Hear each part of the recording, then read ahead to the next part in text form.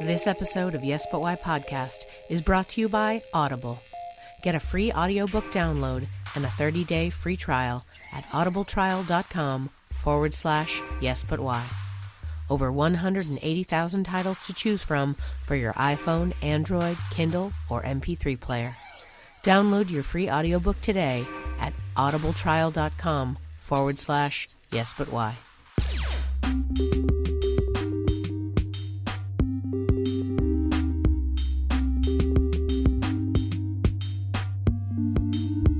I'm Amy Jordan, and this is Yes But Why podcast. Yeah.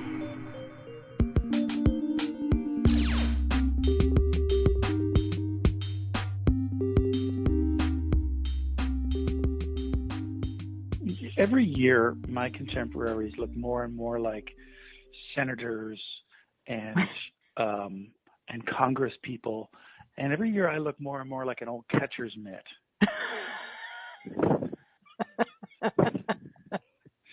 You know? But now you have a yearly professional photography record of that. I look so much like a bulldog now. No. I should be allowed to pee on fire hydrants. I look totally like a bulldog. Did you go to my website to go, who is this guy? I did go to your website, mostly just to get the URL, but and to read your bio. Old bulldog, right? I wouldn't say old bulldog, no. Old bulldog. Old tired bulldog, that's me. No. Being in theater, though, it can wear on you.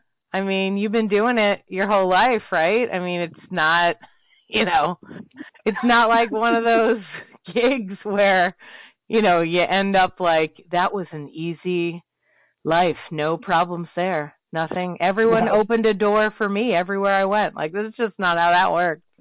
I try to pretend that's what's happening to me. It's how I delude myself. It's really enjoyable. So one of my students went on the Facey Space and took a picture of me in my 20s, I think, and showed everybody. And there was this moment where there was just dead silence because everybody said what happened at the same time in their head. And I said, this is a before and after picture, and the product is booze and drugs. Oh. Do you really think so? No, I mean, because I'm getting older, but I don't do, I don't hardly ever drink. So that's why I was like, oh, is that part of it? Well, I drank almost semi-pro 9 years ago, and I quit drinking. I haven't had booze or drugs in almost a decade. It didn't help. I look like hell. It's like I look in the mirror and every day I just think you should take drugs. Would that help? I don't know, but not taking them certainly didn't help. In gravity, that's what it is. Oh man, but what about your family? Like, did your family age well? You know what I mean? Like your aunts and uncles and your dad. Like, did they look older when You can generally get a clue from that kind of thing, unless you're adopted. Yeah. No. They are still around in their late 80s and still going. And they really look it. They do look it, but they move very well. So much so that I think because I don't think I've saved enough for retirement because both my parents look like they're going to hit 90. Right. So you are too. I've really only budgeted for 75, Sure. Well, where do they live? Well, this is either back home in Toronto. Ah, you're Canadian. Yeah, that makes sense. I'm both. You're both. Oh, you have dual citizenship now. I do. Yeah, but they're back in Canada where you just go to see a doctor. Sure. Seems nice up there. The cold air, good for the skin. It's this crazy system where you don't feel well. You go to the doctors, Whereas here, you don't feel well, and you Google it, and you go online and figure out if it's covered. And then doctors in New York, by the way, you say, "Can I see you? Because I have a real pain in my side." And they go, "Yeah, I can see you in a month." Yeah. Yeah. And you go, "Well, what if it kills me?" As well. But they're in great. They're in great shape. They're really they do wonderfully. Yeah, well, that's you then. I mean, though New York, you were saying it's a bit more of a wearing town. It certainly is. I mean, I don't know how much experience you have with Austin, but Austin's definitely a magical wonderland, certainly comparatively. But I mean, I love New York. It's just, it's a heavy weight upon you that you live with. It is sometimes you just kind of you're there and you're going, is everybody trying to kill me? Yeah. And you have to remember that people aren't really mad at you. Sometimes they use the term bonehead as a compliment. Sure. Sure. That's what they do. Sarcasm. It's actually how they show love. You know what, though? You're from Toronto, so your experience of it is in comparison to that. I'm from Boston. Right. Okay? Oh, my Boston, God. the rough, angry streets of Boston. So when I moved to New York after high school or college and stuff, but I was like, everyone's so nice in New York. Oh, yes. Wow. People are so friendly. And the people are like, what? What are you talking about?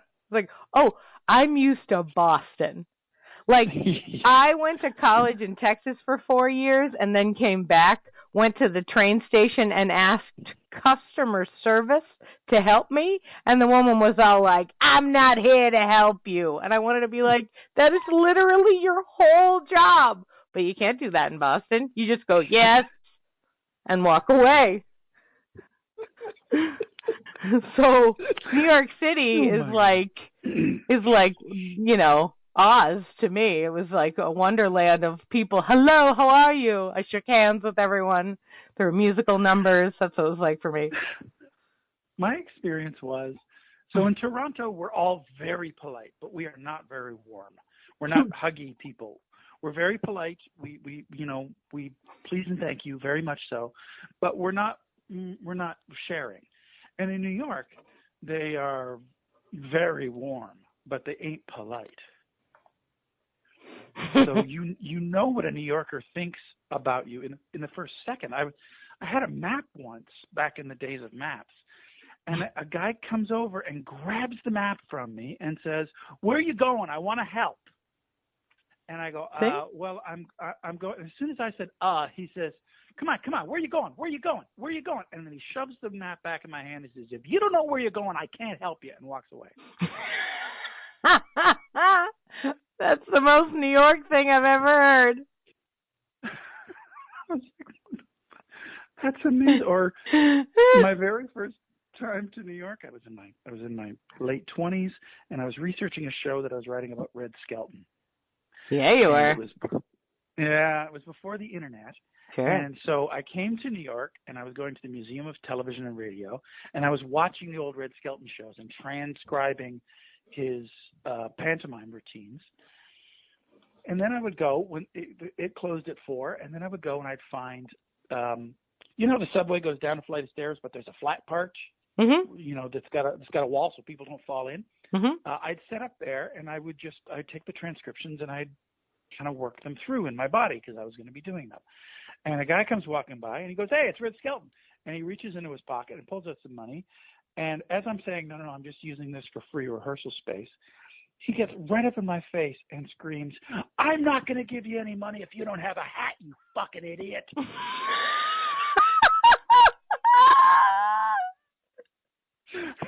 I'm trying to go, I'm from Toronto. I'm stuttering. Somebody's screaming at your face. I'm going, I'm not. And he's like, "Fuck you," and walks away. Oh my God. Oh. Wow. Yeah. So that being said, even though I work in Manhattan, I ran out of money a few years ago, and I live in New Jersey, which is 1/3 the price of Manhattan. I can get into Midtown in 15 minutes. I can see the Empire State Building from my backyard. But when I leave New York, it's this palpable, like every day I go through the tunnel, and on the other side it's like, living there was a nightmare because it's 24/7. If you're not partying till 3 o'clock in the morning, you have no place living in that town. Yeah, it's true. Because it doesn't shut down till 3, 4 o'clock in the morning. Yeah. So yeah, I jumped the river at that point. Do you get some nature in your home in New Jersey now? I do. That's nice. Yeah, there's some grass, and there's a river behind our place. Ooh. I know. So there's a duck every now and then. They're coughing because everything's polluted, but sure. Sad ducks, but ducks nonetheless. Sad ducks. It's the name of the pond, but people don't talk about it. The sad duck pond. Duck pond. Realtors stopped using that phrase a while back. Yes. Welcome to the coughing duck. Can I take your order, please? Great name for a restaurant, the Coughing Duck. I'm writing that down. Yeah, because it sounds like there's a story there, and then no one can tell the story, and then it becomes more exciting. So, like, no one will ever tell me what that's about. How do you get the name of the Coughing Duck? I can't say. And then you look over your shoulder, like somebody could be listening.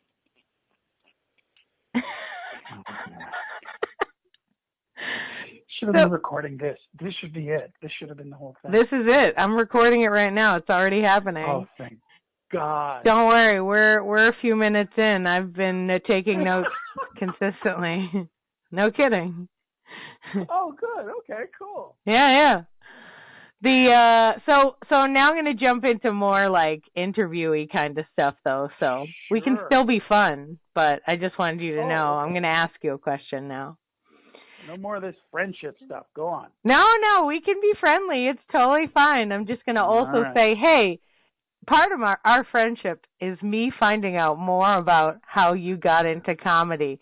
Remember those parents that are never going to die? It's going to be great. Tell me what they did that got you into comedy. Were they terrible or great? A little column A, and a little column B. No, I'm from a funny family. I'm not actually the funniest brother. Oh. I'm probably the least funny brother. I have my parents are funny. My mother's extremely funny. And then they had two boys, Mike and Rick. It's National Sibling Day on the day that we recorded this, by the way. So I sent them a picture of me hitting myself in the face, saying 54 years later, I still don't know why I'm hitting myself in the face. Because my brothers were 7 and 8 years old when I was born. Whoa. Because my parents decided to try to have a girl. Let's try to have a girl. And they were sure. So they didn't even. They said let's have a girl. They picked out a girl's name. It was 1965, by the way. So the girl's name was Dawn, D-A-W-N, like Tony Orlando and Dawn was the big music act at the time. So they were going to have a girl and call her Dawn. And so I was the only planned child. They do this, and they get to the hospital, and a boy comes out because, genetics. And because my dad's 6.5 feet tall, alpha male, firefighter, there's no way. Well, and also in the 60s, you can't, decide to have a guy or a girl. I mean, you can't do that now. Right. But and they didn't know until I popped out. And so they realized they did not have a name. Now, you and I, as improvisers, would say, Don is actually phonetically a pretty good guy's name. And I would have rocked Donald. I would be a great Donald. But instead, my mother said, okay, this is the last chance we have to name one of the children after you. My dad's real name is Arnold, but he goes by Mitch because he hates Arnold. And so he says, no, and they get into a big fight in the hospital. And they come and they say, have you named the baby for the birth certificate? And they say no, and they're not speaking to each other. So they put the name Baby Watson on my original certificate to send me home. So I came home as Baby Watson, which I would like to point out, I also would have rocked that name. You would have been a gangster, though. It would have been a much different life. It would be amazing. I'm right now talking to Baby Watson, and I would just be that guy. But no, they were fighting, and my brother Rick, the one that's 7 years older than I am, he's in class, and so the teacher says, "Hey, you have a new baby in the family. What's the baby's name?" And he says, "Baby." Like they were referring to me as Baby. He says, "Baby," and tells them the story that my parents are fighting about the name. So the teacher gets all the kids to put names in hats, and then puts together a chart and has them vote to teach them about democracy.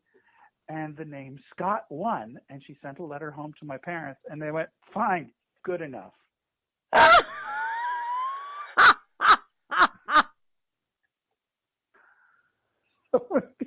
People say, "Are you named after anybody?" I said, "I was named by democratic vote." Of children. Yeah. You could have been named Tiger. I could have been Farty McFartface. It totally would have been your name. I could just see your parents like, "Fine." And they just write Farty McFartface. They both saw a way out of the fight. So that was it. So you would become a lawyer, and your name would be FM Watson.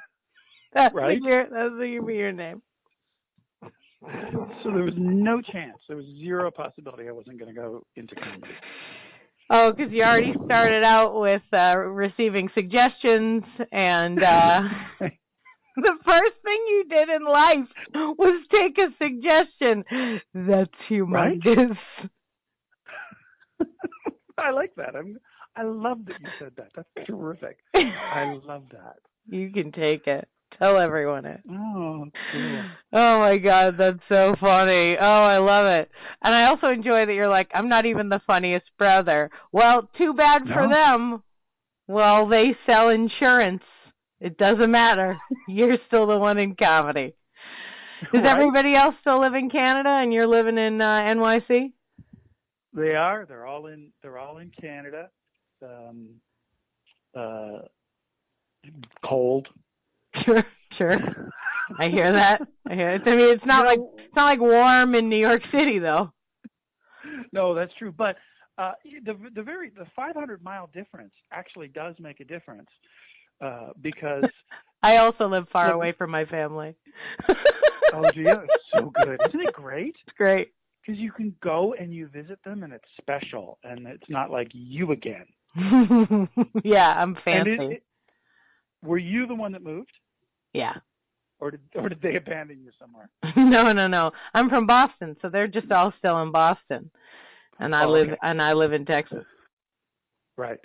So it's up to you to be the one to keep in contact and keep with all your friends in Boston because you're the one that left. Now, if it was, the whole family was in Texas and then your parents retired to Boston, God, no one has ever done that. But if they ever did, then it would be up to them. So I kind of take on the responsibility. I'm the one that moved 500 miles away, so I got to reach out and make sure I'm doing stuff with them. Sure, I guess. That sounds good. I don't do that. I should probably start. Well, it does help. That's probably why I don't talk to them. Oh, it's my problem. Let's talk. So is that why you're in comedy? No. Because they're terrible? No, they're not terrible.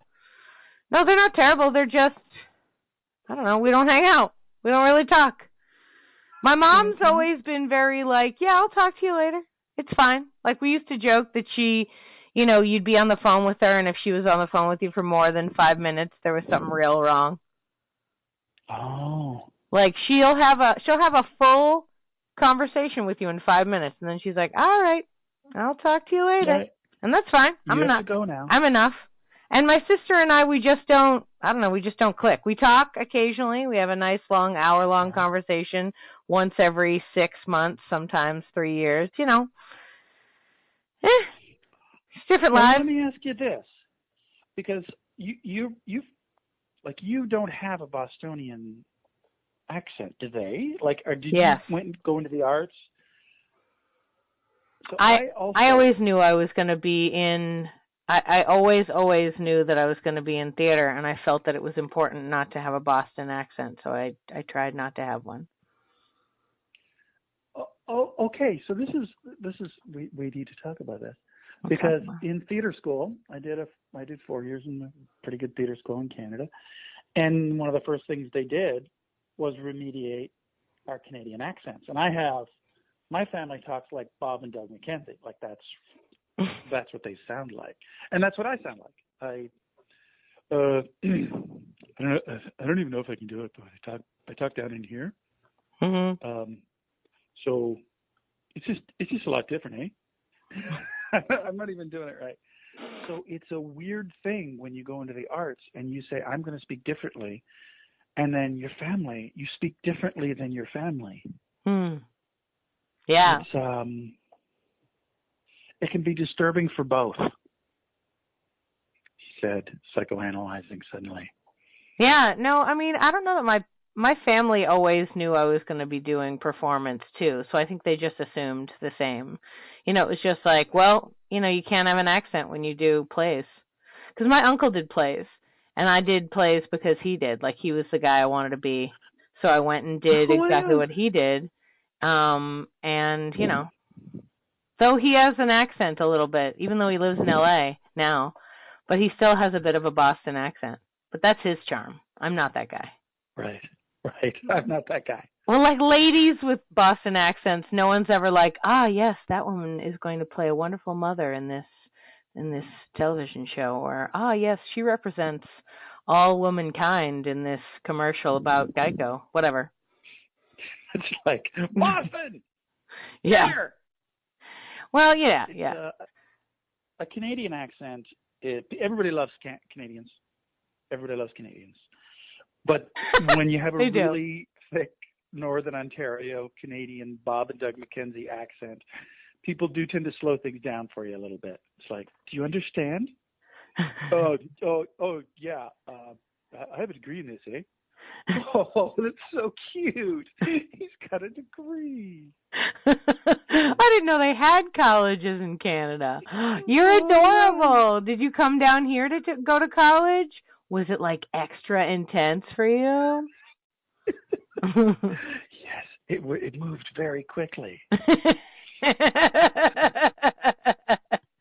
I can't imagine that people say that stuff to you anymore, you know, harass you about, like, man, New York City must be crazy. I don't know what accent I'm doing right there. That's a great one. I have I'm terrible at doing accents. I can just not do a Boston accent. That's my extent of accents. But, you know, as far as people don't talk down to you now. You don't have an accent, but also, like, if people find out you're from Canada, they don't give you a hard time, do they? They do a little, not a hard time, but it's a little bit like you've just told somebody that you're related to teddy bears. Oh yeah, I'm from a long line of teddy bears, and they go, oh, isn't that nice? Like, they rub your belly. It's like, oh, you're Canadian. How nice. You're so harmless. It's kind of true. It's kind of true. Hey man, you know, they stop having attractive leaders. That's all I'm saying. Like, just quit it.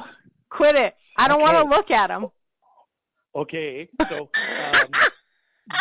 you got to look up his father when his father was young. Was he also attractive? Oh, he was nummy. And Justin, I'll give you, he's a good-looking guy. and he's smart, and liberal, and he's well spoken, and he's got, But his dad, there was Pierre Trudeau. He was prime minister like through my entire childhood because we don't have 4-year term limits. Oh. Because the prime minister isn't as powerful. They're just not as powerful. They're just the leader of one side of the of Parliament. It's just not. It's not that big a deal. Kind of sounds like a big deal. He and his wife spent a couple of days in bed with John and Yoko. Wow. During bed peace, and they had an open relationship, and Maggie Trudeau there was talk that she was sleeping with Mick Jagger, and Pierre was jet set. Oh yeah, they were swingers. Oh, so is Justin's dad Mick Jagger? He looks so much like his old man. I don't think so. But we had a thing called Trudeau mania. Everybody was just crazy for this guy. So wait, there's no how did his son become prime minister again? Is there a lot of nepotism? Is it a monarchy? I didn't think it was a monarchy. No. It is. No. It's now officially a monarchy. No. Oh, I was wait, it's not, right? I don't know. He's a really smart, accomplished guy. And again, when it's not that big a deal, unlike here, where it's an incredibly big deal, so it's not that important who is, unlike here. Hey, technically, it's not as big a deal, but we make it a bigger deal. Because, technically, it's not, but they're letting it. I'm like, who's the guy who's in charge, for real? Who can be hey, man, back. Hey. Shh. Donnie, it's getting to be. It's really getting to be. It's not even just him. For the last 20 years, it's that position is becoming more and more important, and not in a good way. Mm-hmm. Did you see Vice? No, I haven't. But I have it in my queue. Okay, well, all I'm saying is what you're saying right now is exactly what it's about. Well, don't tell me how it ends. I won't. Except for to tell you that I didn't realize that Dick Cheney wasn't dead. Turns out, dead. But he's got an external heart. I don't care. He's alive, and he can high-five someone that Christian Bale played him in the movie, okay? But he actually carries around machinery that's keeping him alive, like his heart and lungs are. He is Darth freaking Vader. I'll be Darth freaking Vader if Beyonce plays me in the movie. Okay, you know what I mean? Christian Bale is so good and just does such a good in your life. If you had someone play you and so right now in the world in movies, I would say Christian Bale's probably tip top of people who really are going to give who you are as a character in life a once over, complete. Some actors you're I mean, he looked like him, but I don't know. Sam Rockwell played W. Was he everything I needed him to be? No, but it's okay. Doesn't matter. It wasn't about him. Yeah, I love Sam Rockwell. Oh, me too. You ever worked with him there in NYC? No. Okay. I've done. I don't know. He does plays and stuff. Now, so tell me, when you went to theater school in Canada, you said, I did. Where they removed your accent and they made you a great actor. What happened then? Where did you go? What was your next step you're I've got a theater degree, like all of us, and then you stepped out of the school doors and you were all right, make me a star. And then what happened? So I actually have to jump back Oh, please. Because I started taking Second City classes at 16. Oh, in Toronto? Maybe a little bit before. So I had taken Second City classes from 16 to 19. I had essentially done all of the levels, and in those days, the teachers of the Second City courses in Toronto were like, I was working with the director of the main stage show, Sandra Bulkowski, and then so it was like you were really connected to them. And then I went off to university. Sorry, that's what it's called, to a theater school. And what university did you go to? York University. Oh. It's an offshoot of U of T. But then now it's kind of its own thing. And it's got a really good program. I got accepted into York, and it was close to home. Anyway, went to a pretty good school, and then I came out and I really wanted to act. Did you get a theater degree from York University, or did you get something? I have a Bachelor of Fine Arts in Theater. Yeah. Good. My wife was my theater history teacher, so she has a master's degree in. It's not as sordid as you think. She taught me, and I was a very bad student. And then she got her on the other line. I know. I wish it was more sordid. No, it's fine. She taught me I was a bad student, and she didn't really like me very much, and then we both got cast in a play together, and then we started a relationship after. Not that it matters, just many years later. But then, so I worked as an actor, as I like to call it, masturbating in the hay, doing serious acting, fall down on your face and bleed and cry stuff. And then somewhere along the line, I think it was Sandra Bulkowski over at Second City Toronto said, "Are you ever coming back? Because we're talking about doing a conservatory program where you'd come and do a show, and then that'd possibly be a way to get hired." And I went, yeah. So I came and I did a conservatory show, and then got hired right out of there, and then toured around Canada for long enough. But so yeah. One of the first Second City tourcos. Yeah, the Canadian National Touring Company. Yeah. We'd go up north in the winter because that's when we were needed.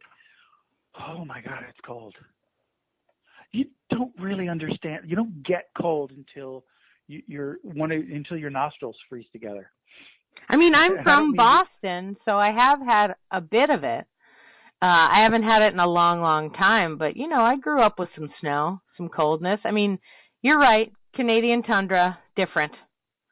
But well, yeah, they'd send us up to Timmins, which is pretty far north, and so cold. Can I tell them a slightly off-color story? 100%, yeah. All the colors are acceptable.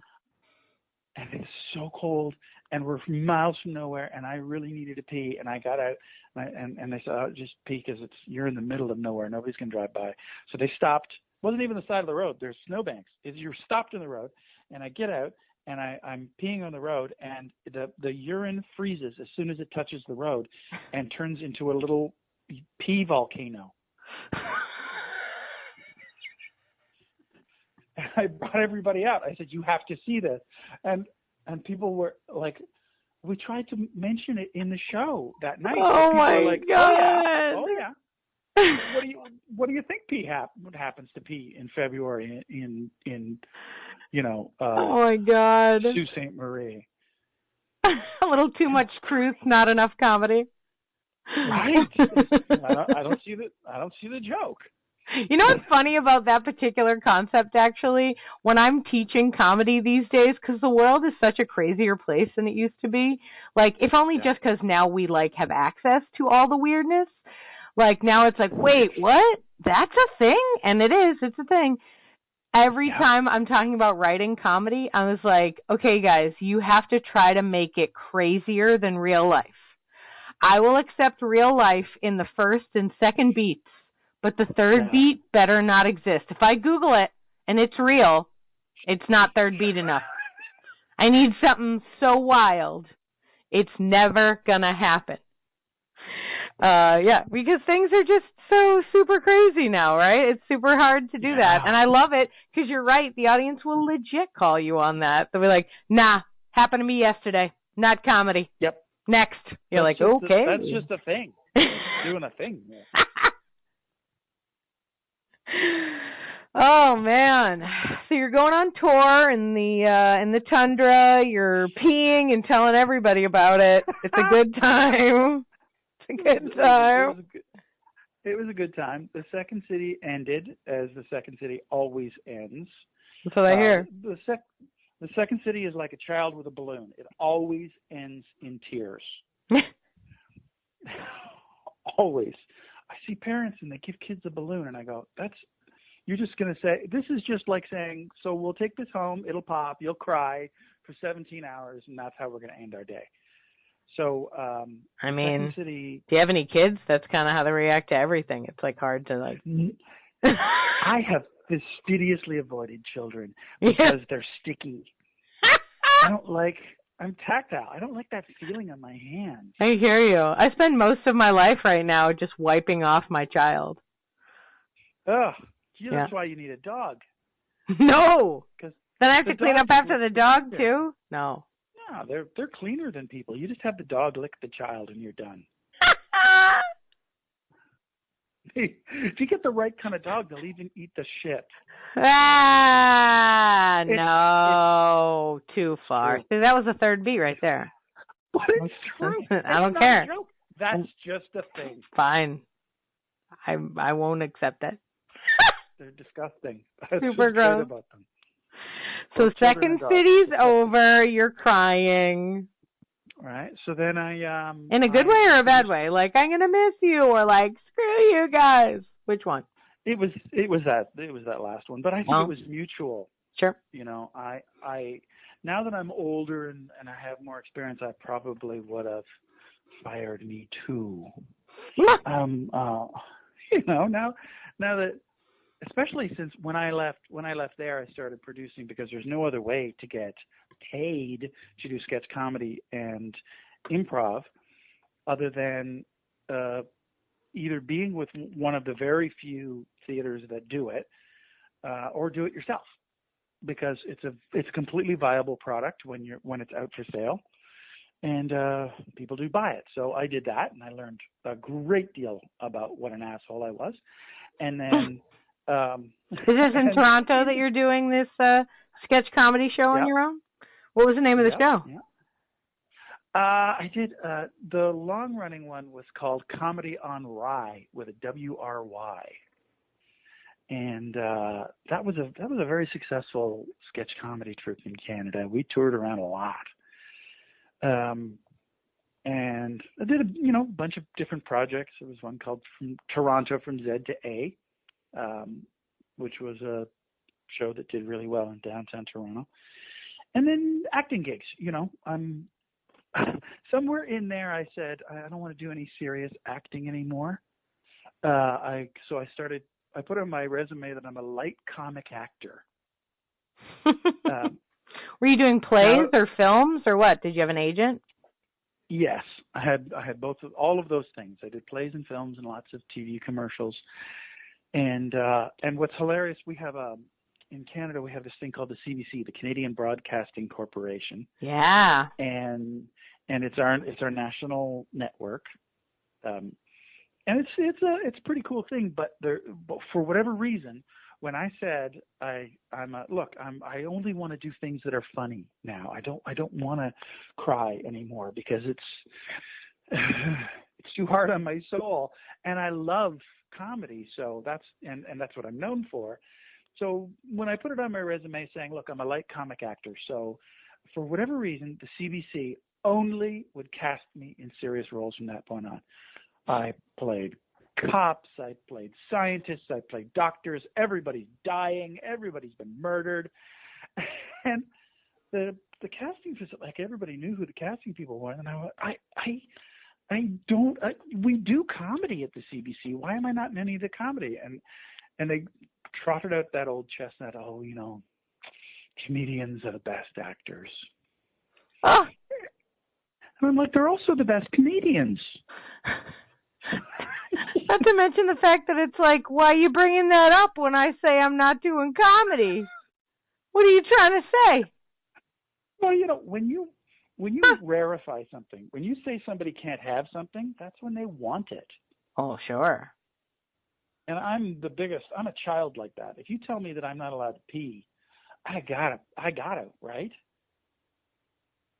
As soon as you say, don't go in the kitchen, I think of 10 things I have to do in the kitchen. So I think that happened. And then I kind of bumped my head on the ceiling in Canada. So somewhere along the line, I was doing a lot of television commercials. There I was able to do some comedy, and a lot of plays. But I'm doing these television commercials, and my agent calls me and says, okay, so I just got a breakdown that said they want a Scotty Watson type. And that's when you know you've reached a place, because an actor's career goes, who the hell is Scotty Watson? Get me Scotty Watson. Get me a young Scotty Watson type. And then the last one, who the hell is Scotty Watson? That right there is your one-man show. That's like your career one-man show. That's what that is. Yeah. So when that happened, I went, it's time to get the hell out of Dodge. Yeah. And I was already kind of connected with a New York theater company called Artistic New Directions, now called ANDTheatre. And Michael Gelman, who had directed in Toronto and he's the professor emeritus over at Second City, Chicago. So he hired me to do Second City NYC to teach improv and advanced sketch writing. And that was my first job in New York. So there I am. I'm back at the Second City again. I was at the Second City when I was 16. I was at the Second City when I was 23, and I was at the Second City when I was 41. What year is this that when you moved to New York City? Do you want to say 12 years ago? Well, you just said you were 41, so should I do the math or? Well, my math is terrible. I would have been. Like, I don't know how old you actually early are. are. 40s, 12 years ago. I'm 50. Actually, last Friday I turned 54. Oh, happy birthday! Yeah, thank you. It's such a nothing age. How old are you? 54. Oh, actually, that's all you get. Okay. I do this every time. I feel like, okay, I've decided I got to write a book about this because I bring it up every single podcast, but it's coming up. Okay. Get ready, audience. Okay, so you are at the end and or potentially the beginning of your next cycle, okay? I have a theory that we all become new people every 18 years. Why 18? Well, because that block is kind of ingrained in us as children. From 0 to 18, we're with our parents, right? We have to learn from them. We have to do what they say. We live with them. They take care of us. And, we're trying to figure out who we are and what's going on and what we want to do and, like, what our journey is. And then by the time we're 18, people are like, all right, great. You ready to make a decision about what the next few years of your life are? And by next few years, we mean forever, right? So at that point, you become a new person. From 18 to 36, you become adult you. You get to be who you are on your own. You make decisions without your parents. You have problems without your parents. You, figure out how to fix stuff when it goes wrong. You figure out how to have relationships and move in and move out and have jobs and all the things. By the time you're 36, you've gone through all of the things, one hopes, right? So then at 36, you kind of get itchy. You're like, what am I doing? Who am I? What's happening? I'm not 25. I'm not 70. What do I do now? Right? So everyone gets itchy. Some people buy cars. Some people get divorced. Some people move. They, whatever it is, they got to change their lives. They got to become someone new.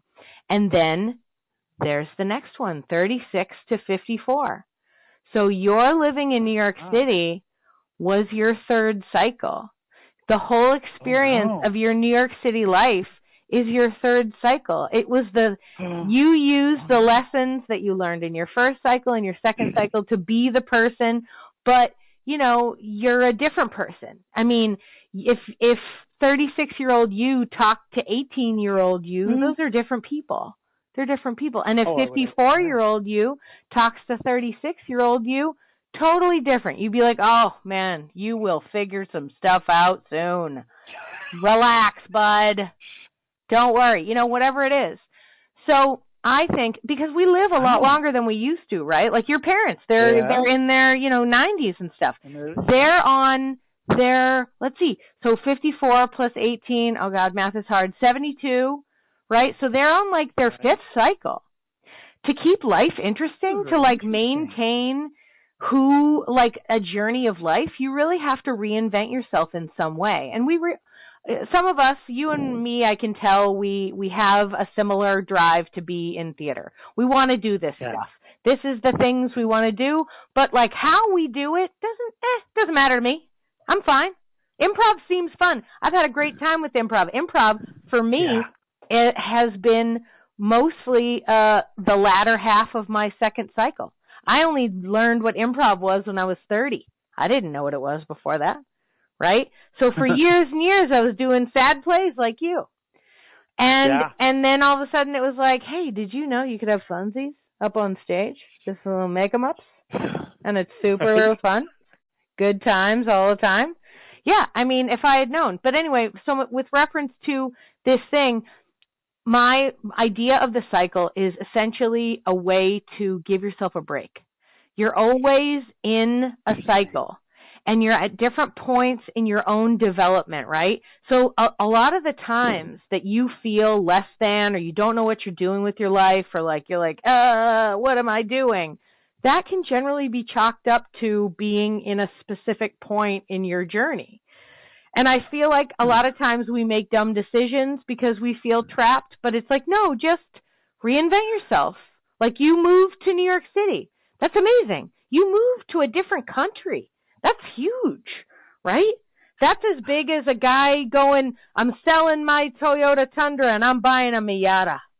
I'm divorcing my wife and I'm dating this 25-year-old. Like they want something new in their lives. And people like, that's another thing too. I always feel bad for people that don't have, like it's great that some people have a lot of money making whatever job that they do. But I love theater so much that when people don't have a thing that's like theater in their life, I like feel bad. Like I'm like, don't you like anything? What do you like? Because a lot of people just work because they think that's what they're supposed to do, right? And those people are very prone to be affected by this cycle stuff because life is goal oriented, and if you don't feel like there's a new goal, what are you going to be? Like, if you're not working toward 36-year-old you, then what happens? And when you turn 36, like when I turned 36 was right when I found out that I was pregnant, or right after that. And so I was like, I guess I'm a mom now. I guess that's what I do. Wow. So my third cycle is mom. And it's 18 years, right? So it's his first cycle. First cycle. When he moves out and goes to college or gets a job or whatever, I'm in my next cycle. I'm in the next, who am I? What am I doing? Think about it even with reference to people who like get married right after college. So they go to college, great. They're 21, they meet somebody. Literally 70% of the people that I know that they did that. I mean, most of the people I know are on their second or third marriage, you know what I mean? But like sometimes they get married and they have kids, and then from after college to now, they're just raising kids. I was doing other theater stuff. You were doing other theater stuff. but they were raising kids. So for when they turn 40, they're like, oh, who am I? What? My kid's in college now. What am I supposed to do? Who's this person I'm married to? Like all sorts of stuff, you know? I just think we should give ourselves like a break to be on a journey and to allow ourselves to become someone new. And also to think of yourself in the way you would like a child. Like, so I'm 40 right now. So I'm 4 years into my third cycle. I'm at home with the baby a lot. I don't really know what I'm doing, like, theatrically very much in my life right now, but I'm trying to be cool because I'm like, you're 4 years old. It's fine. 4-year-olds don't know what they're doing. 4-year-olds don't know what they want to study in college. 4-year-olds don't know anything. Relax. So I want to give myself a break. Be like, it's fine. Sometimes you are totally on, like, everything's going great. You're doing exactly what you should be doing. And that's usually in the midsection, right? I mean, we all remember being like 12 to 17. Great times, great times, great times. I learned so much. I did so many cool things. I took chances. So, you know, anyway, that's, I literally talk about it every single like this podcast is called Yes, But Why, but realistically it should be called Amy's 18-year theory because like I bring it up every time. Every time. I think that's what a great way to come at an interview though is, look, I have this theory. So when we talk about this stuff, we're going to put it through this lens. It's a framework. It's really a cool thing to think about. Well, I mean, also, I really just think, I mean, when I created this podcast too, it was with an eye to students, with an eye to people who, like you and I, who got a theater degree, and then were like, what the hell am I going to do with my life? Like, thank you for this paper, this expensive piece of paper. What happens now? And nobody knows, right? So I interview people that do theater and do performance or do writing or directing, casting, all the different possible ways you can be involved in it. You got a theater degree? Great. Here's 1,000 jobs you could potentially have. Yeah. Oh, that is incredibly true. So, I mean, that is, yeah. It's one of those skill sets that you can turn to anything. It's they call it soft skills in business, and I'm like, bullshit. Oh yeah. They are absolutely necessary skills. You know, how do they you mean it like software, though. Do they? They mean it like software because there's hardware and there's software. And like, so like hardware is the physical computer itself, right? So like my body's hardware is my heart, right? It's inside, it's taking part of my brain. So the soft skills are like software. Like you have to put in Windows to your computer for it to function. So my soft skills, my software, I taught myself theater 12.0 and now I do it. So they don't mean it negatively. I know you think that they mean something mean about soft skills, but they don't. Well, they love you. The only reason I say that, well, everybody can take things one way or another. There's certain terms that are dangerous terms to use, like cost centers. I have often heard people in business refer to people as cost centers. No. And you go, that means a production. Because I can use a term too. Mine's coming from Karl Marx, which is going to scare the hell out of you. But, right? What you call a cost center, I call the means of production. And what they call, they would consider a hard skill like negotiating. And I'd say, well, technically, all skills are skills. It's there's a real danger in putting in certain terminologies. I just wrote this ranting blog. I love the blog, by the way. somebody put this meme out there that said, when you're buying art from an artist, you're buying all the pain and experience that went into it, and all that. Let me stop you for a second here. And so you're paying for all these things, and I'm saying you're using terms that belittle your own work. The price of art is what the market will bear. And you don't have to explain to a capitalist any more than that. Why is this so expensive? Because I can get it. Yeah. Right? Rather than you have to pay for my pain, my experience, and it belittle. Language is so important that way. Plus, I think you're right in that the capitalist way in which we live our lives, and that money is the most important thing, certainly can cause some trouble for when people are trying to get paid for doing artistic work, because people think they are, in a negative way, quote unquote, soft skills. They think they don't have to pay as much for them because, like you're saying with this other person, they're like, oh, well, this guy's just going to spend it on, drugs so that he can do another painting. Or, oh, well, these people, they don't understand the world. That's why they have to do this theater stuff. And you're like, yeah, okay, I didn't invent capitalism. I just happen to live in a country that's the main thing that keeps everything going. Art is art. I would be doing art in any country, in any government, in any situation. Yeah. It just happens that in this particular one, I'm not trying to get more money than I deserve. You're right. What will the market bear? I have conversations on improv, Facebook groups all the time where people are like, how much should I charge for this? And then a bunch of us say really high numbers, and they're like, whoa, that's a lot. And we're like, yeah. And you are going to charge what we tell you to, because the rest of us are charging this much. And if you go lower, then they're going to think that it's worth less, and it's not. And we break down why. It's yeah, it looks like a lot, but this is what it breaks down into. There was a troupe in Toronto called 500 Miles Off-Broadway. They were a wonderful troupe. They'd been together for a long time, and they really believed in community. One of the reasons why I went into improv when I was 16, because when I was 15, I was touring with a rock and roll band doing stand-up. And then I got into the I know. I was underage in the places that we were playing.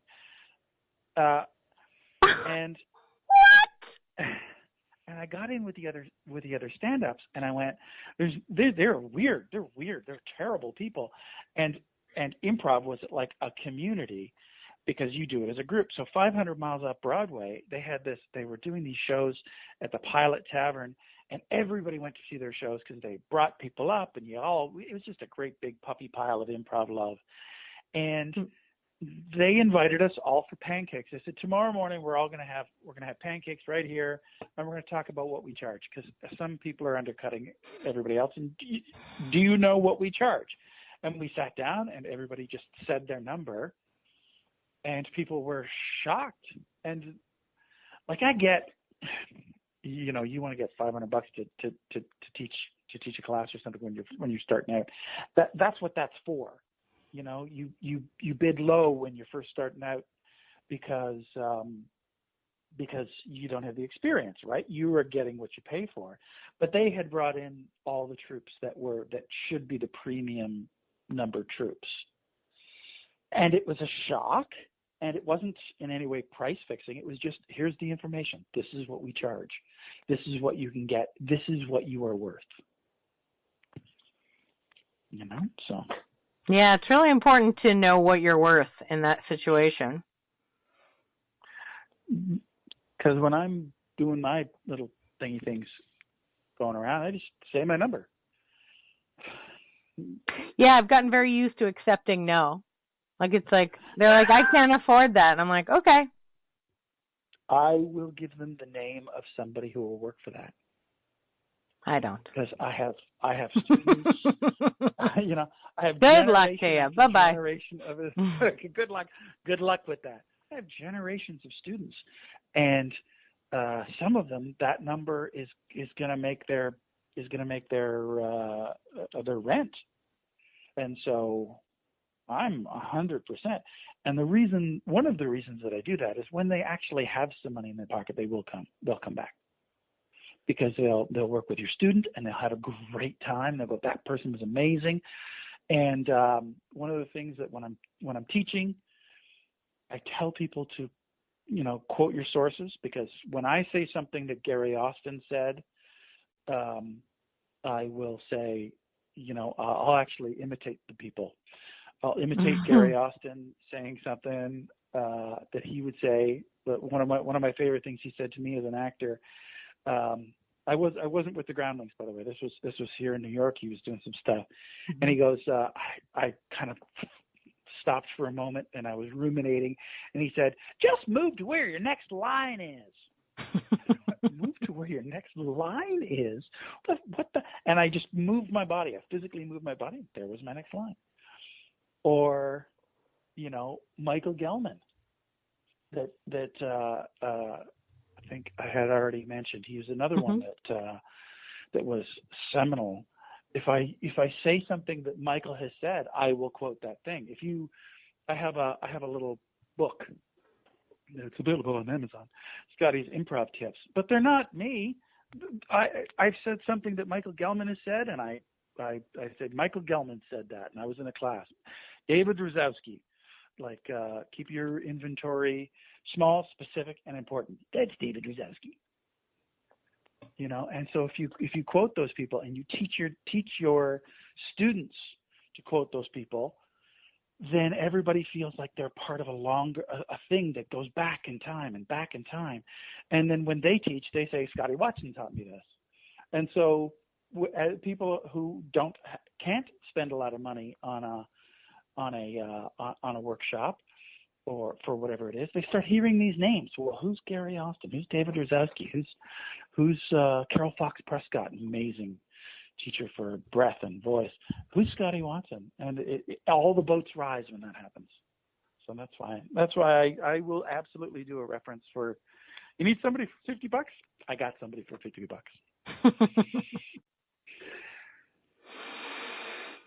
Yeah, well, it's a different kind of world when you're talking about with, you know, students of the craft versus like corporate events and stuff. I'm usually trying to hardline the corporate events. I'm a lot more easygoing about doing art. I'm like, okay, well, can your troupe pay me $5 each? What do you think? Yeah.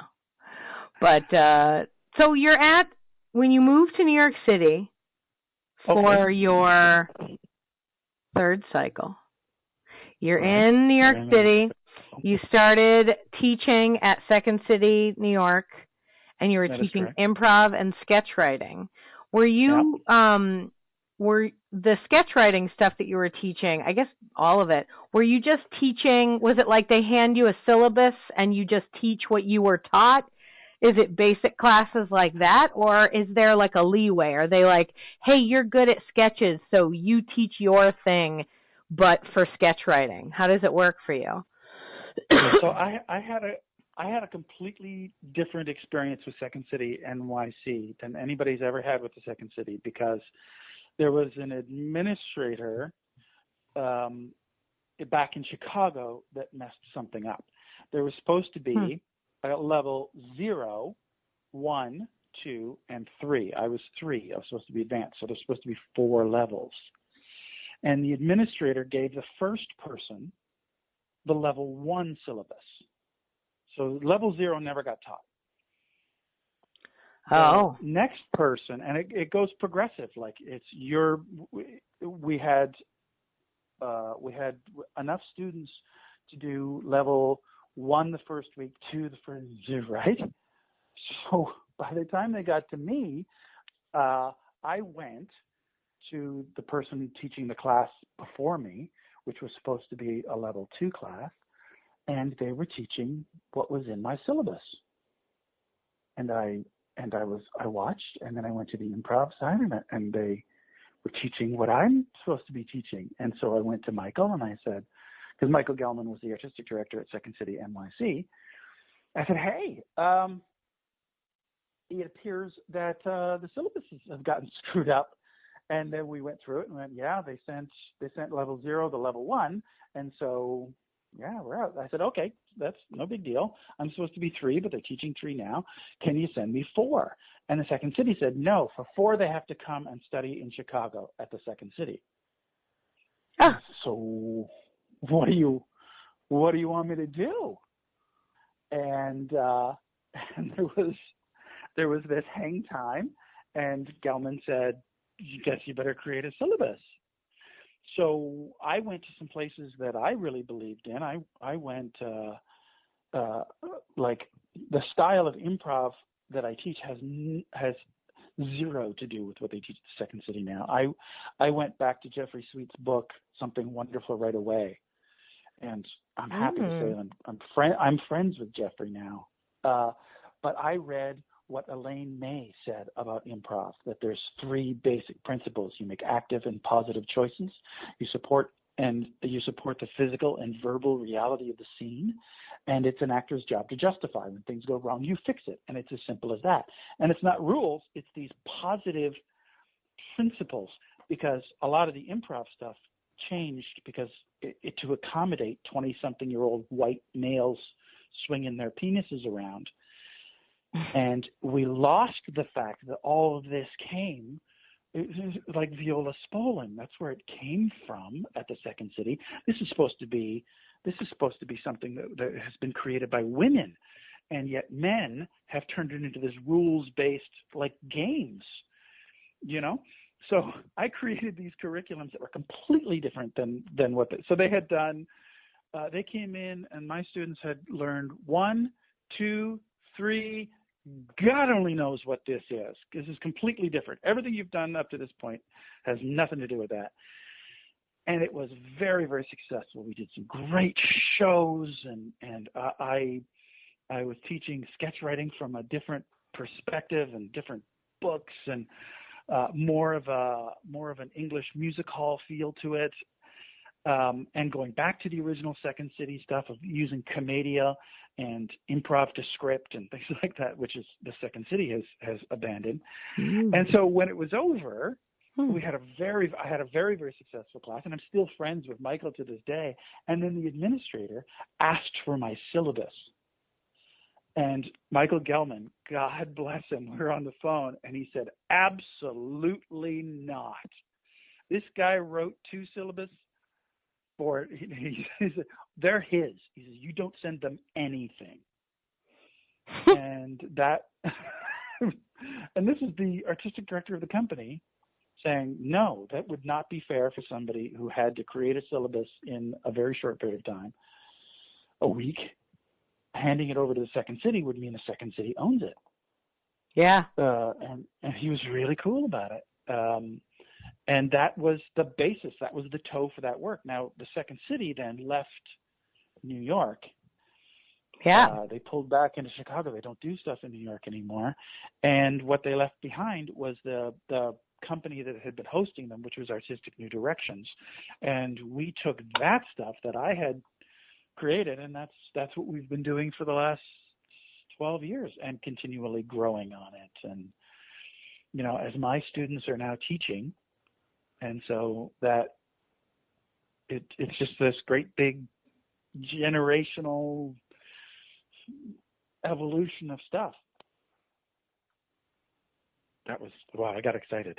Yeah, no, it's great, the idea of the evolution, like that when Second City decided they weren't going to be in New York anymore, like you guys weren't like, well, I guess that's it. You were like, okay, well, we're going to do our own thing. And that's really wonderful that the community like stuck around and stuck together and kept it going. It's really important for that kind of stuff to happen.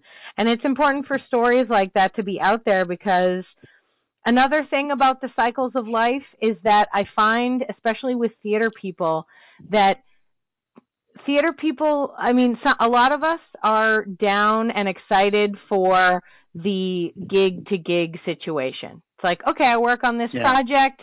We all are best friends during the project. We have a wonderful run of shows. When it's over, we say goodbye. Maybe I talk to them. I see them around. I do the next project. The next project, I get deeply involved with everybody. I get involved in this. You know what I mean? It's like, that's the way I live my life. I live it event to event, project to project.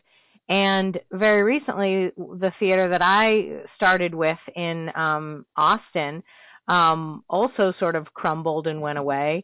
And the community came together to make a theater again, and it was very nice, because it was like, it's not just, we aren't just going to be like, okay, well, that was a good time, see you later. Instead, it was like, okay, well, let's evolve what we are and start a new project with all of us that have been together, and then keep it going. And I was like, oh, this is good. Okay, this is nice. It's new. It's different. It's got different direction, different leadership, but a lot of the same people get to stay together. It creates a family atmosphere. Those kinds of things are nice. Between never talking to the people that you spend all this time with and, keeping long-term relationships. I don't know, maybe I'm old, but I like long-term relationships now. Well, interestingly, I think that it's the theater world is resetting itself to what it's supposed to be. It wasn't until really World War I that the hierarchy of a producer, always in those days a man, that the producer was at the top of that hierarchy, and that then there was a director, and then there were the artists, who I consider the artists, the writer, the creative artists, and the actors, the interpretive artists. That's not that old. That's only since all of an entire generation got killed in World War I. Before that, artists went out and found a producer. Artists went out and hired a director, so that the producer facilitated the art being created. The director actually did that thing, just directed. One of the things that broke my spirit as an actor here was heavy-handed directors that have a vision. And you're going, dude, let me interpret it a little bit. But I think we're in a period of reset right now, where the actors and the creative types are starting to take over again, because let's admit it, the producers have dropped the ball. There's fewer theaters now than ever before. And that's been this period from 1914 till now. We've watched the theater die through a patriarchal hierarchy. Whereas if the artists take it over again, when the artist co-ops start hiring producers and directors, I think we'll see it actually start to get healthy again. I think the most diseased part, unfortunately for you, I guess, is New York and LA, though. Both of those systems have been entrenched in a, heavy business, like, if you don't do it my way, you're never going to be famous in this town kind of situation. But smaller towns, I'm finding, because I'm doing a lot of interviews with people all over, I think that you're right, and it's happening in smaller towns, that like small towns are coming together, especially with improv, because improv is something that you can read a book about and then figure out with your friends. And also it's something that has a sort of positive nature. It has a sort of like, be cool with what happens and be nice to each other. At the end of the day, that's kind of, those are the only rules. They're like, be nice, cool. And then just be cool with what your friends say. Like, whatever their idea is, don't judge it. Just do it. Be cool. Right. So it's like there's a kindness that we are lacking. And also, I have a theory that the reason why improv is so relevant now is because we've lost religion. So we need something to bring us together in a communal space. And we used to have God, but God's kind of quiet, so we don't dig on that. Now it's more like, how about instead we hang out in basements and throw ideas around and tell each other we're nice, and then we feel good and we go home. And that's, for at least 10 years of living here in Austin, every Sunday night was doing rehearsals and doing improv jams. It was my church. Yeah. I would go there in the morning, rehearse all day, and then finish with a jam, with students, and then come home. And it was like, great. Some people go to their church and, help the priest and clean stuff up and then hand out coffee and donuts to the parishioners and tell everyone they're nice. And that's about the same, and church and go ahead. Yeah. Well, just I 100% agree with that, because church and theater have been intertwined for 5,000 years. I mean, the church was a way to tell our stories. Yeah. And I mean, they, if you look at it from a technical aspect, there's very little difference between a theater and a church. Oh yeah, absolutely. Also, the kinds of stories. I mean, we're still doing Shakespeare. No, even Shakespeare wouldn't have thought we'd still be doing Shakespeare. And same with the Bible writers. Like, they're writing this down going like, nobody's going to read this. Just write it down. Keep writing. You can do this, John. Come on. It's like, what happened then? I don't know. Just come on, man. Oh, I got it. Yeah. These are just It's dudes that wrote some stuff, yeah. And then we took it and ran with it for a super long time. And now we want to write our own stories. So we have improv, so we can write and rewrite our stories over and over and over. I think it's so vitally important to have stories, topical, local stories being told. It's why when I agree with you 100% that some of the most exciting stuff is being done in smaller towns where it's not packaged and sold to a national audience. But that machinery that's happening in New York and LA is crumbling under its own weight in itself, because they're coming to people who are doing their own thing. They see a successful show running and it's happening, and they say, well, who's the writer of that? And once upon a time, they would then take that writer and say, write this way, packaged for the entire nation, and here is all the money in the world. And now what's happening is they're saying, write our stuff our way, packaged for the entire world, but they're not going to pay the money. And so you see more and more creative types here in New York and out in LA that say, it's not worth it to me to abandon that which I am passionate about for the little bit of money. If I'm gonna sell out, like if I'm gonna whore myself, I want to be an expensive whore. Sure. Yeah, absolutely. Absolutely.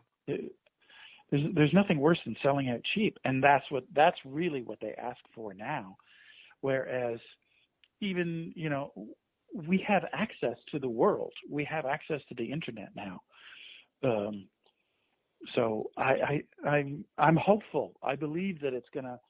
I 100% agree with you that it started in the smaller towns and the smaller cities where people are saying, "The hell with you! I'm just going to do my thing and tell my story." And I think that's infected the big centers too. And we're also saying, "The hell with you! We're doing our own thing." Yeah. I mean, I hope that you're right, that the epicenters are changing in their way. I mean, if anything else, like the fact that Atlanta is a big TV and film hub now, I think really adjusts the like high horse that Los Angeles thought they were on. Like Los Angeles was like, yeah, if you want to be on TV, you come here and deal with it. And now it's like, or you could go to Atlanta, which is kind of nice. And not as expensive to live in, and also maybe there are more opportunities because fewer people are moving there. Maybe. Like I don't know. Corollary to that. Oh, sorry. But our corollary to that is Broadway, which nothing interesting is happening in Broadway really anymore. And by that I mean people from here, we don't go there. If we go and see something, it's because my wife and I went and saw the Constitution and What It Means to Me because it was a different, weird little show. It wasn't $150 a ticket. So we'll go see something like that. But those mega shows, nobody who lives here sees those. They go and they find the off-Broadway spaces, cabaret. People go to improv. As crazy as it sounds, there's people at the Pit, there's people at the Magnet, UCB. People are going to see stuff. Oh yeah. Because they crave something that's not that. Yeah. So the center of our world, the people who are here who are creative, know that that's crap. But King Kong. King Kong. King You know what, though? The trouble is the spectacle is not as spectacle as it used to be. Like, the other day I was watching the Lego movie, and I was like, how are we not all talking about this every day? How are we not all, like, shaking every one of their hands to say, like, I can't believe you made that thing? Like, we are so inundated with amazing things that people do, whether they're professional theater people or not. People on the internet are doing stuff so much that even the most amazing thing is not amazing to us anymore. We are not amazed. Here is the amazing thing that improv does. And that's, you've touched on something that I say while I'm teaching. I tell my students not to do the spectacular because we cannot compete with movies. And as an example, I give Spider-Man the musical. We cannot compete with movies. We can't have explosions. We can't have real aliens. We can't have space battles. We can act those things out, but it's almost pointless. What we can do is include the audience in our creative process. And I'll tell you what, that's the best damn deal in entertainment. You're gonna yell up something, and I'm going to interpret it, and between the bunch of us, we're going to have group mind and create something together for $5. I mean, that's a hell of a deal. Yeah. And that's our niche. That's how we give people an experience that they walk away and they go, wow, that changed me. That they said my words, and then they pulled stuff right out of their butts, and it was better than. You hear this all the time. I'm sure you hear this all the time. That was better than the last play I saw. That was better than the last movie I saw. Yeah. Of course it was, because you're part of it. Communal experiences is kind of what I think is what's bringing together the theater in the smaller towns. People are distant from each other with the internet and with their jobs and with, even back to my, cycle theory. People don't know they don't have friends anymore. They don't feel connected to stuff. They're at a weird point in their cycle. They're like, what am I doing with my life? They don't know. But communal experience. They want to talk to other human beings. It's the one thing we will keep going back to over and over and over. And that's why, I don't know, I keep staying in live theater. I always laugh at myself because every time I get a chance to do other things, I do it, and then I come back to live theater. And it's like, why can't I quit you? Cruel mistress with 60 seats in the audience. Come on, man. 60? Well, that's amazing because I have Is it a lot? done... We've done some stuff in basements of bars that have been condemned. The stages where they used to keep the garbage. Yeah. It's like, can we somehow take all of the broken chairs in the back and piece together 15 seats? When we do stuff, you shoot it and you put it on YouTube, right? You just throw it up there. It's not even edited. You just throw that up there. And you get hundreds of people watch it, because there's people that are craving stuff. And there were 6 people in that audience. You do the thing that you do to create a community of, 6 improvisers and 6 audience members, and 200 people, 300 people on the internet watch it because they crave that. I wish I was there. But I'm in Toronto. It's powerful. Yeah. So what's your jam right now? What's the thing that you're telling your students? And maybe we've already touched on it, but like, what's the thing that you've been thinking about that's your, like, improv has taught me this, or, you know how, like, I don't know about you, but like I teach the same classes over and over, right? So each time I teach them, I have a different kind of angle just to keep it interesting for myself. Or something's happened in my own life, and so then I'm like, that makes me think about this, and it frames everything that's going on in the class. In the class that you're teaching right now, what's the thing? What's the thing that you keep coming back to, that you're talking about, that's in your brain as a creative? That improvisation is a simple thing that's hard to do. And it came about because I was teaching a drop-in. And drop-ins in New York are a unique experience. So we were doing something. I had given, we had gotten a location. For me, location is an active and positive activity that you can do in that location. So I have them doing an activity. And every time they started speaking, they stopped doing their activity. And I said, I would never hire an improviser because they can't talk and work at the same time. I don't know of a single job I've ever had where I didn't talk to the person beside me while working. And somebody in the drop-in said, it's too hard. And I said, okay, then let's stop improvising and let's do juggling instead. Grab any three objects that you see and let's juggle them. And the guy said, I don't know how to juggle. I said, why don't you know how to juggle? Why can't you juggle? Well, it's because you haven't practiced. Well, all we're doing here is practicing. And it's a simple thing, but it's hard to do. How do you win a gold medal in the Olympics in track and field? You simply run faster than everyone else on the planet. Nice, simple answer. But getting to that simple answer is practice. How do you get to Carnegie Hall?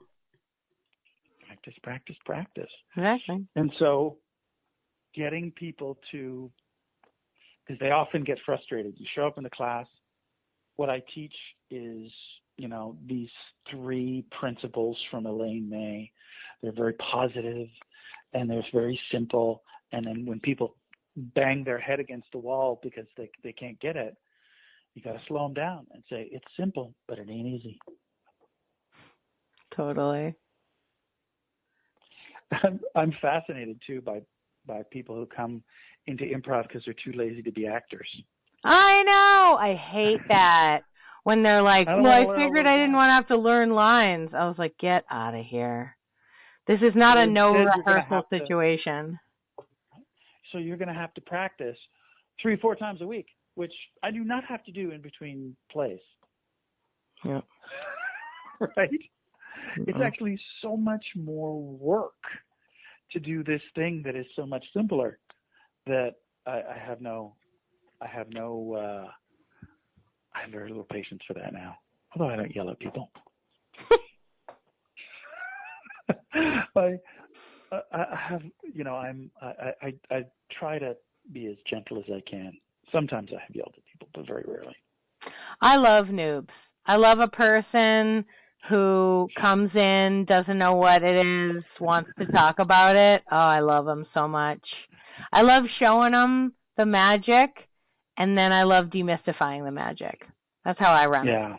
I show them the magic. I show them they can do it. I get a couple of exercises that anybody can do. When you do it, you feel like $1 million. That's how they come back after the first class. And then I demystify the magic. And I go, hey, remember that? This is how you do it. Do you know any actual magicians? Like, personally, no. I mean, I watch a lot of magic, but I don't know. Like, I've never talked to anybody. They're not the coolest people in the world. Yeah, I know. But I'm kind of uncool myself. And also, like, I I find comfort in structure. So like when I teach sketch, I'm always talking about structure because I find that if you can explain a basic framework, it makes it easier for people to put their ideas in. And then once you create a framework, they can put their ideas in, then read through it, and then edit it from there. And then it works out. So I try to put ideas of frameworks into people's heads when they're doing improv. And yeah, like when they finish level 1, I'm going to go, okay, all that stuff I said, forget it. Don't worry about it. You don't have to do that anymore. Yep. But it's like scaffolding. Like I set up the side. I make sure this side stays up and this side stays up, and you can still do it. You know, I'm holding the strings. You're the puppet. But then I let you know that I'm holding the strings, and you're like, what? And then I let go of the strings. You know, it's similar in sketch. When I'm teaching it, I have a framework. You know, you want to have your premise. You want to have your point of view. I'm going to ask you whose point of view this is coming from. If it was a joke being told in the bar, who's telling the joke, right? And I need to have an author's message by the end, and you break it down. And I essentially hand them a framework, and I say, do that. And then a couple of times, I'm happy to say I've hired some of my students to actually write something, and they say, can I show you my premise chart? And I say, fuck no, you can show me the sketch. Sorry about the language. Oh, you're fine. I was so good up to this point. No, you're good. It's fine. Doesn't matter. All of that stuff was just bullshit that I taught you so that you could learn how to write a sketch. Now just sit down and write a sketch. Well, if it works for you, great, but I don't want to see the beginning. I want to see the end now. Yeah, it's like, great, if you do that every time, go ahead, but that's not my part now. Well, because I made like a Mad Libs. I teach kids. I do a middle school comedy camp and a high school comedy camp every summer for the past couple of years, and so I've turned sketch comedy. I've got like little Mad Libs to show them certain frameworks, and then we play a couple of improv games to get them in the mindset of what I'm looking for. So, like for instance, I teach them straight versus absurd by doing this exercise called "Well, what happened was," and what happens is there's 3 of them who are employees and one of them who's the boss. And they have to improv a little scene where the boss tells them something terrible they did at the job, and the 3 employees have to work together to justify why that was actually the right thing to do. So they're like, hey, guys, I just got back to McDonald's, and here at the store, all of the fries are everywhere. The whole place is filled with it. And then the kids have to come up with like a reason why they think it's a good thing that there's fries everywhere. And they're like, so you've seen bouncy houses, right? What about a fry house? We had people here. It was great. Like they come up with fun ideas, you know, and then they'll always turn to me like while they're doing it, and they're like, isn't this weird that no one would say that? And I was like, it's not about that. Just be crazy. It's wild. Believe it. People want to dance in fries. If they want to dance in fries, what other things do they want to do? And then somebody will be like, yeah, we had a ketchup fountain and people were dancing underneath the ketchup like it was a shower. And I was like, exactly. Yep. What else? Like just to make craziness. And then I'm like, okay, the boss is straight, and you guys are absurd.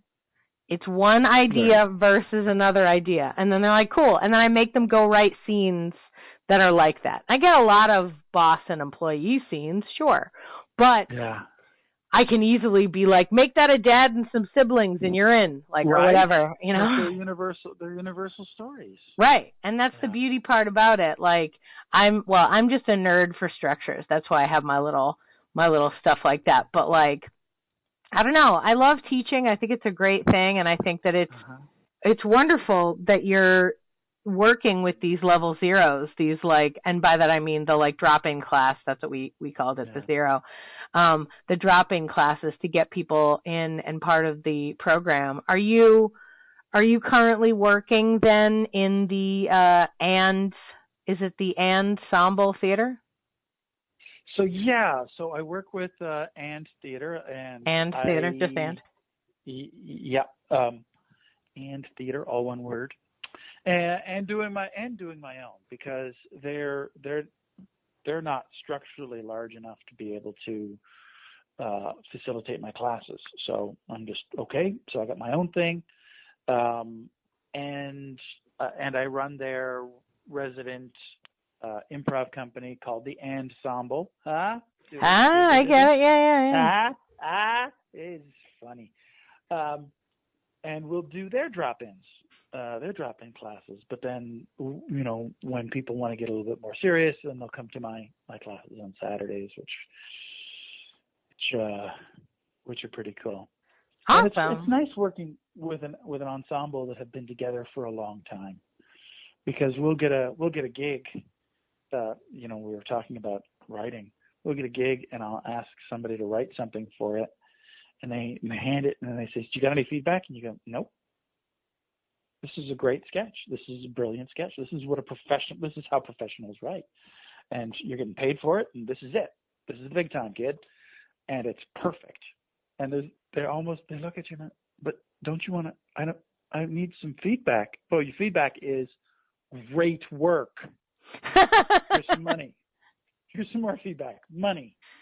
I go, oh, cool. So that's an amazing journey to take.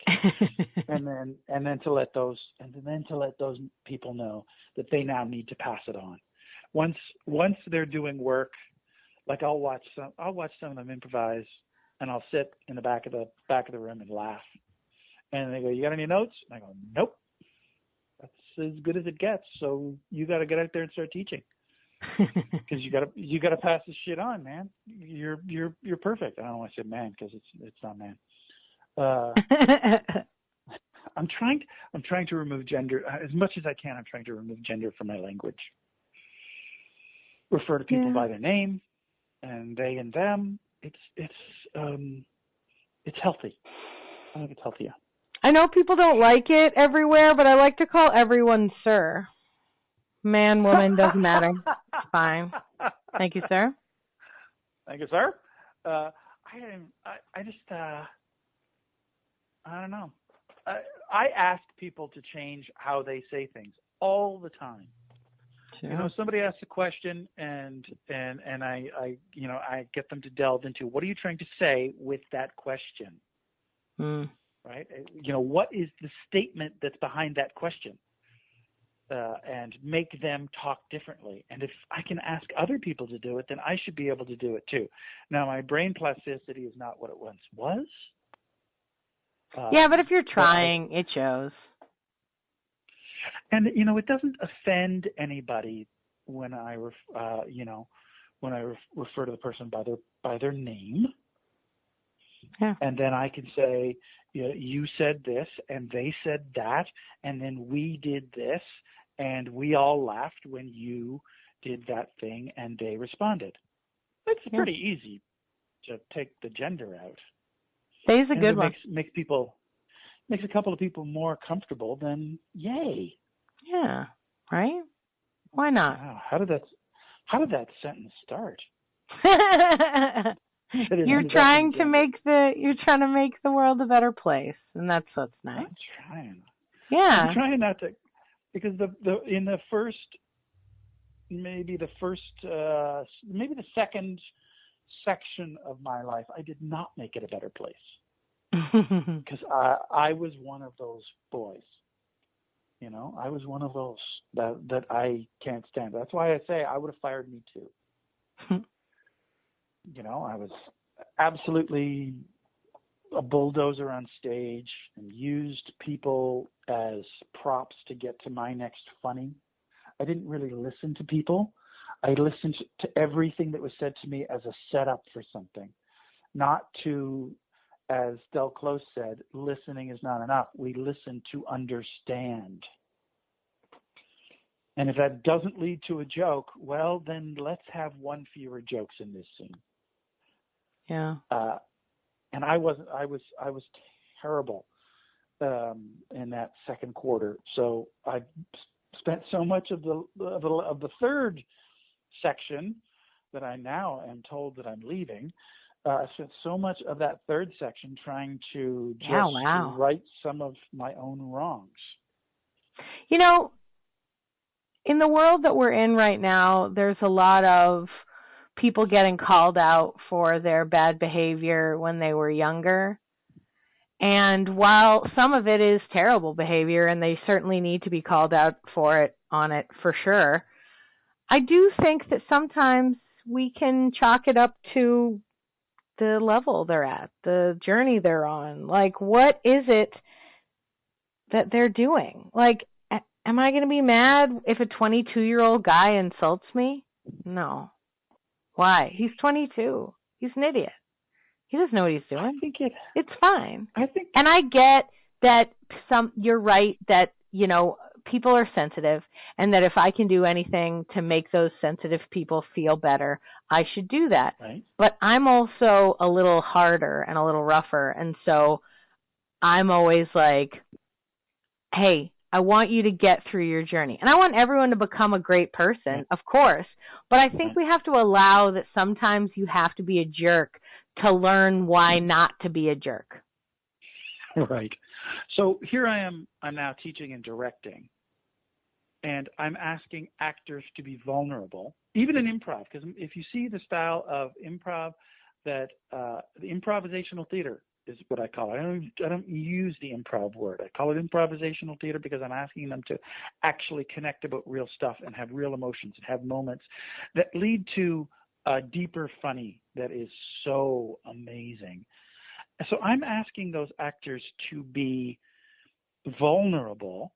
I have to protect them. That's my job as a teacher and a director, is to like a lion, like a lioness, I got to protect them so that they can be vulnerable and they can fail, and nobody's going to make fun of them, certainly not me.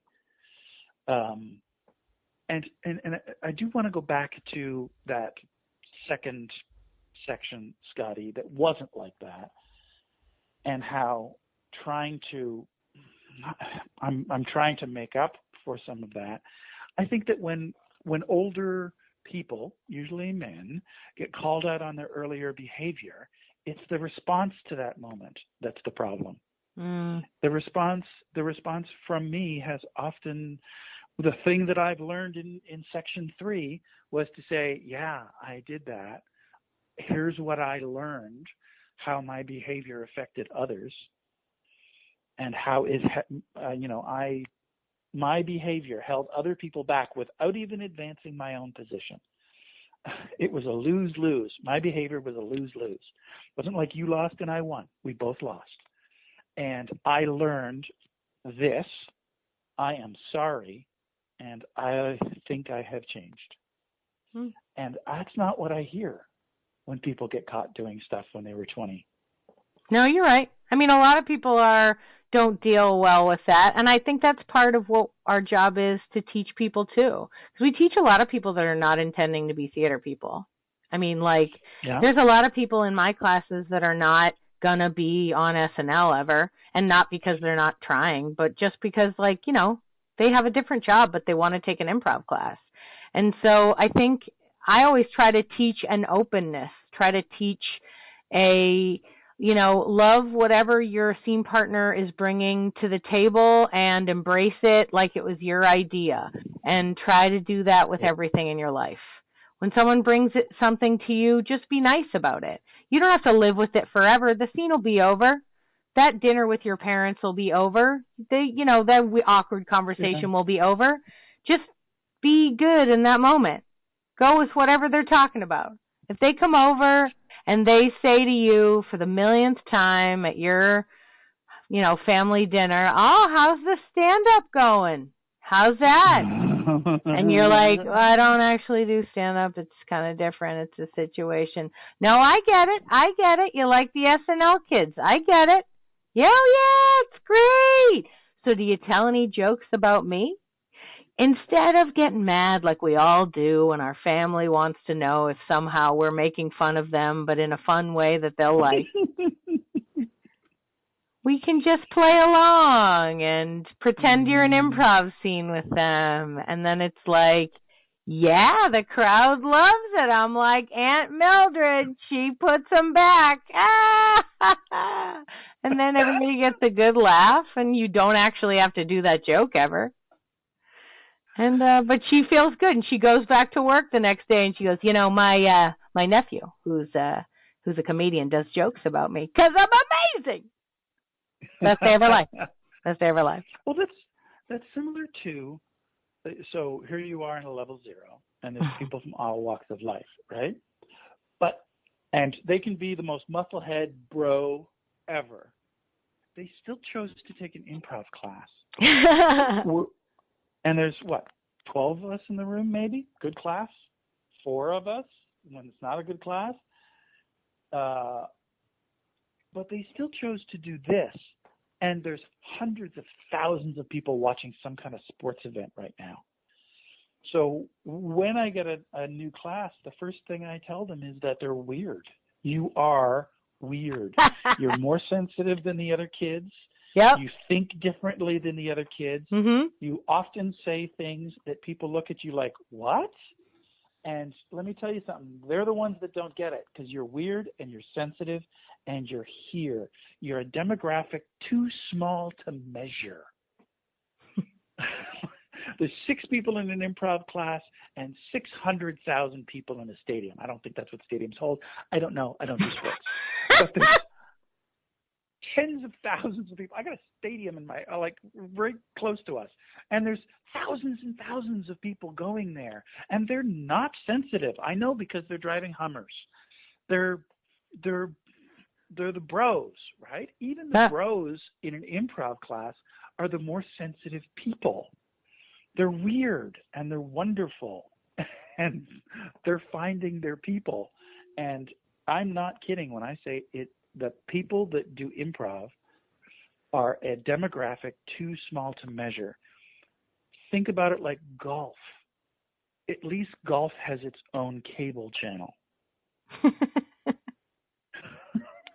Nobody wants improv to have its own cable channel, though. You really don't want that. Don't you? I totally do. No. I think that my 4th section might be starting the improv cable channel. And New York City still has like city TV stations, by the way. You could totally do it. Yeah, we do. But I think a dedicated part of your cable package. Do you want the improv channel? No. Why not? Why I just don't like it. I just don't like filming improv. I think part of what improv is like we were talking about before. It's the immediate exchange. It's the being in the room. It's like it's like you can watch the people on the sides. You can see what's going on between them. You can see them get nervous. They don't know what they're going to say. Oh my God. Like there's just something about being in the physical space with improvisers that makes it better. I often tell my students that they are having the best time doing improv because it's a great art form to do, but it's harder for the audience to enjoy as much of it as they are, so they have to do as much as they can to make the audience enjoy it as much as they are. You know how much fun you're having? They're just watching your fun. You need to bring them in to your fun. And so, yeah. And yet. So on the other side, I tell my students when you're doing a show, you shoot it, you do it on Facebook Live, you put it on YouTube. Because, I say I'm from Toronto. I'm not from Toronto. I'm from a little town 45 minutes north of Toronto. It's just easier to say I'm in Toronto. Just like it's easier to say I'm in New York because I work every day in New York. I actually live in New Jersey. It's just I wasn't in Toronto. I was in this little town, and there was nothing, man. There was 3 channels. There was 3 television stations. There were 3 television channels when I was a kid. I remember. There was CBC in English and in French. Right. So my French is terrible, so I couldn't really watch the French station. And there was one CFTO, a a Toronto station. This is when I'm a little kid. And Saturday nights, that television was turned to the hockey game, which I hate. I hate hockey. The family watched the hockey game together. And then somewhere, my dad, probably at a fire, got this little portable television with a UHF hoop on it. And I don't even know where it was coming from, but I could get the sound, not the picture, but the sound from a comedy club. And it was a big one. So it might have been somebody actually told me that because I know it was the Improv, and there was an Improv in New York at the time, and Bud Friedman made sure that all of those went on cable access. So it might have been New York, but if the stratosphere was right, it might have been bouncing all the way from LA. I don't know. I don't know anything about that. But I do know that I was a little kid. I'm talking about 7 years old. And I was listening to a single camera feed in the back of a comedy club. And I felt like, and I knew that the world was a bigger thing. I knew that there was hope, that there were other weird, sensitive people out there. So I always tell my students, you got to shoot everything, and you put it out on the internet, and there's sad, lonely people are going to watch it, and they're going to say, hey, maybe I'm not so lonely. Yeah, you're right. You're right. And then surely somebody's going to come along with some kind of like VR helmet so that they can watch my cable network and enjoy it like they're in the audience. That's true. I don't know. These days. Something, right? Yeah. That's real. That's legit. That's like a conference call that's where you're really there. Man, that's amazing. That's something we gotta find that technology. Yeah, it's gotta exist. Smarter people than I will figure it out. So, listen, Scotty, thank you so much for taking 2 hours out of your night to talk to me. I can't believe this conversation has been 2 hours long. This is wild. I haven't had a podcast this long in forever, but you have been a joy, an absolute joy to talk to.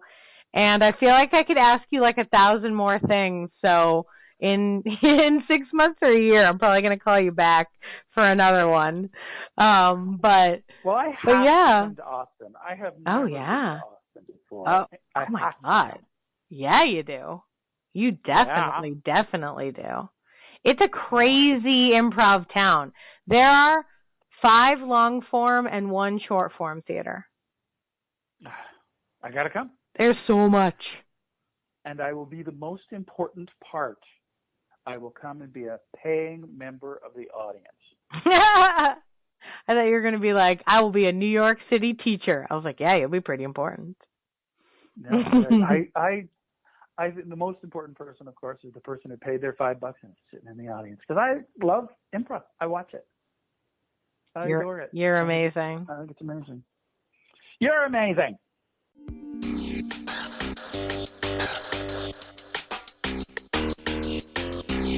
Thanks for listening to Yes But Why Podcast.